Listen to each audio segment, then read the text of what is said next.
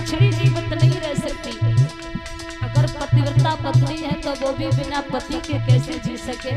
वही आज रानी की दशा है। कह रही है महाराज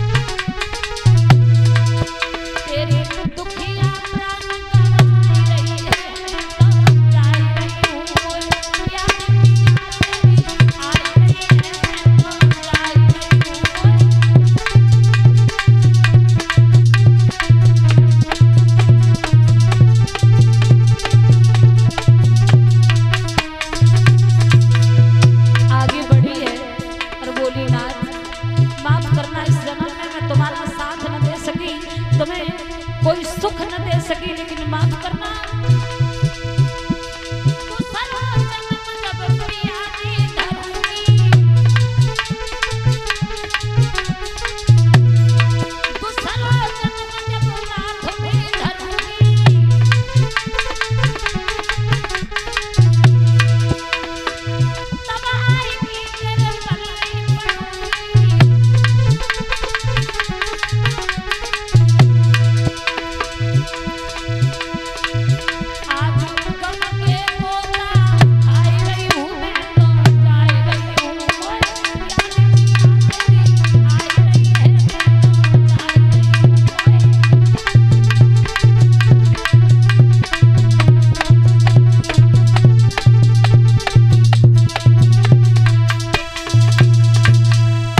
जवाब दिया है नाथ।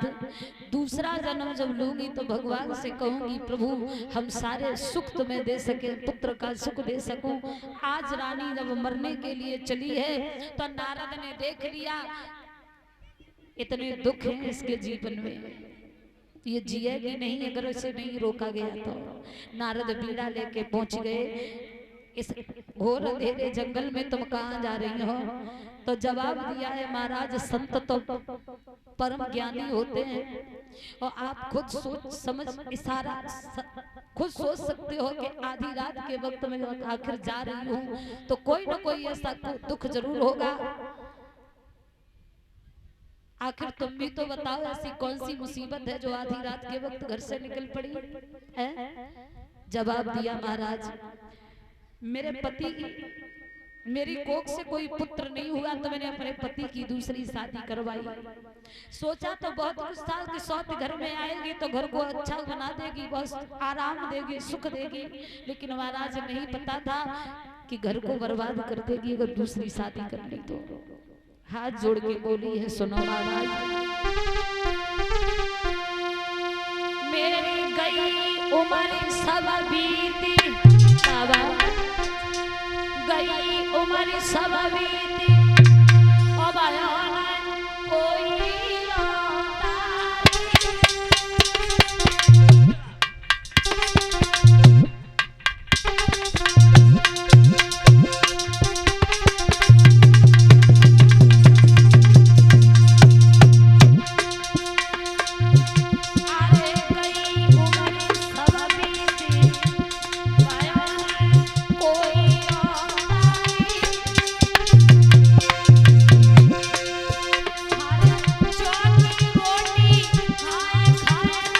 कोई रही गुजरा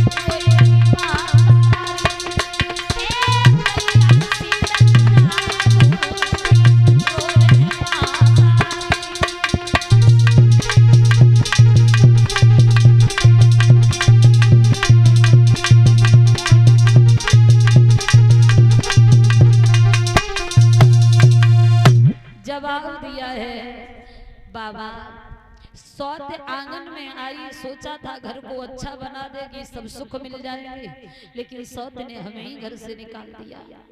अब बताओ हम जिए तो किनके सहारे जिए? कोई पुत्र नहीं है, पति का साथ था वो भी छूट गया।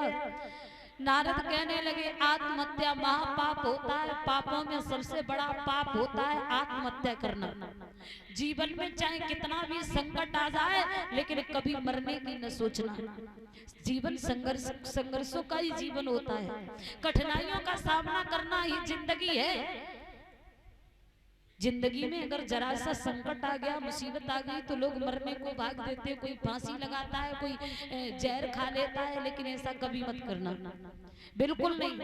अरे भगवान ने ये जीवन दिया है जीने के लिए, तो हम क्यों एक मतलब में खत्म कर दें?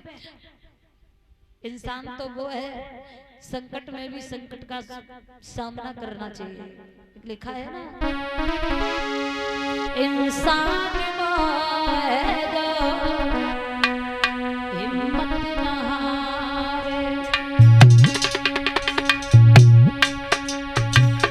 इंसान वो है जो हिम्मत न हारे।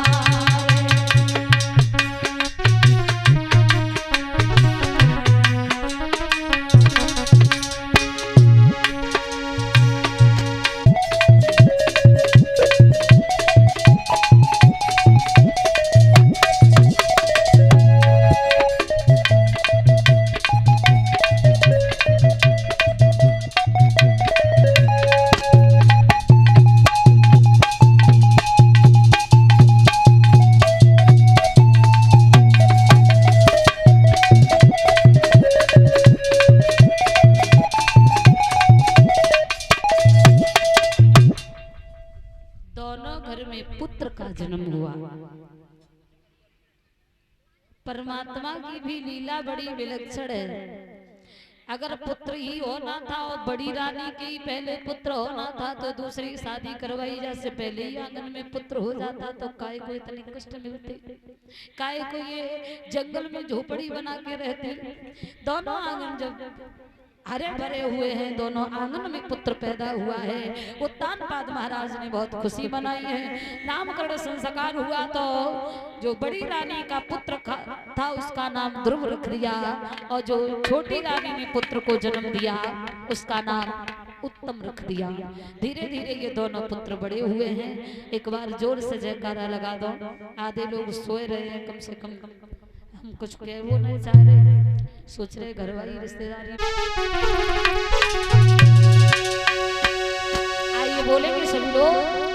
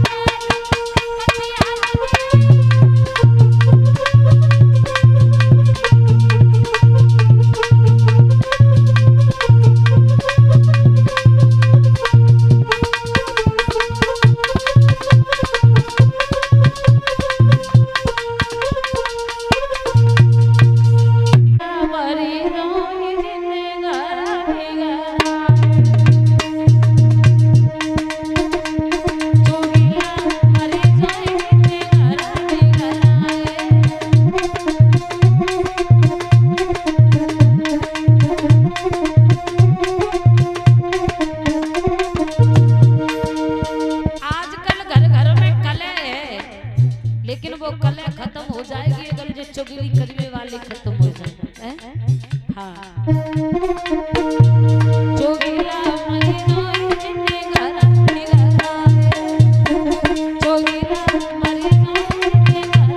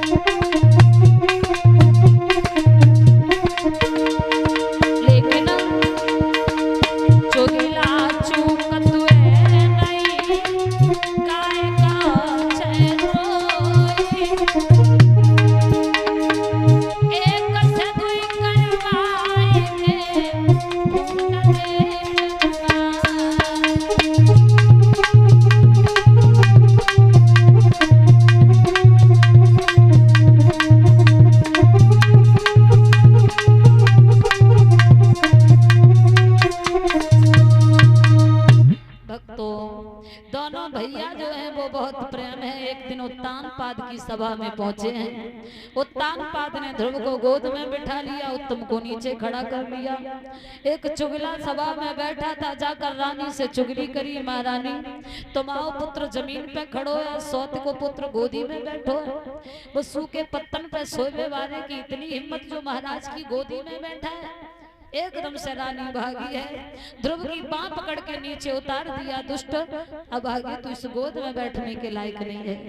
अगर तुझे इसी गोदी में बैठना था तो थोड़े दिन और भगवान का भजन करता, जिससे तू मेरी कोख से पैदा होता। बांह पकड़ के झुझला दिया है। अब आगे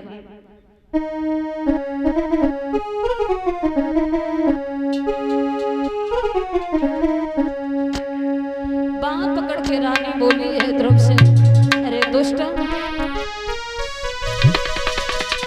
चल दूर खड़ा हो रे नीचा, और किसके मुकाबले आए, और है अकल तुम्हारी कहाँ भूप जो सिर में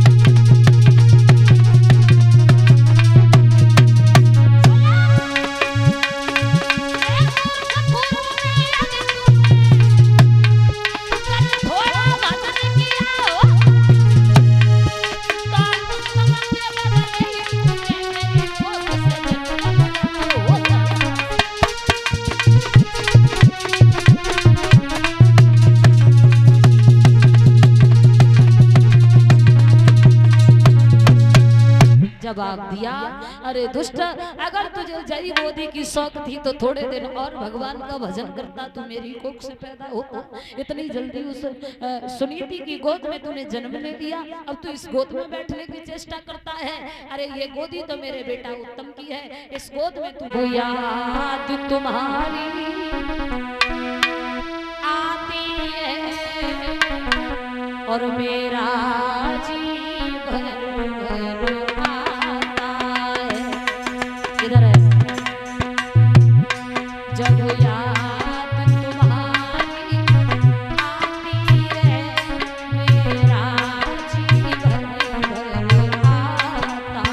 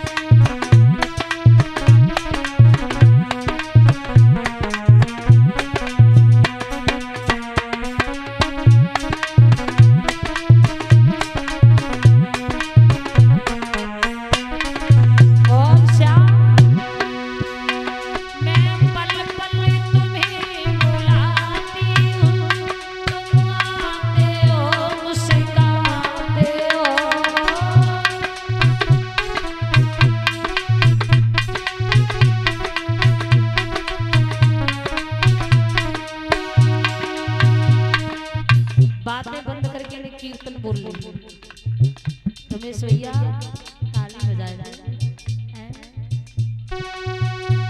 मैं पल पल तुम्हें बुलाती हूँ, तुम आते हो सिखाते हो।